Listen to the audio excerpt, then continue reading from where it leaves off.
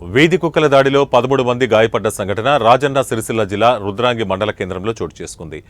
రుద్రాంగిలో వీధి కుక్కలు గత 2 రోజుల నుంచి స్వైర విహారం చేయడంతో ప్రజలు భయాందోళనకు గురవుతున్నారు.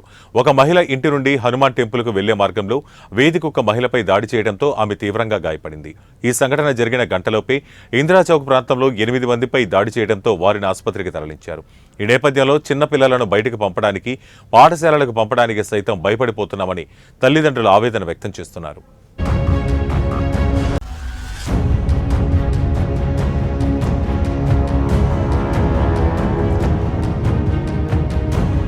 మండల కేంద్రంలో నిన్నటి రోజున ఆదివారం రోజున మరి పిచ్చి కుక్క 13 మందిని మరి గాయపరచడం జరిగింది.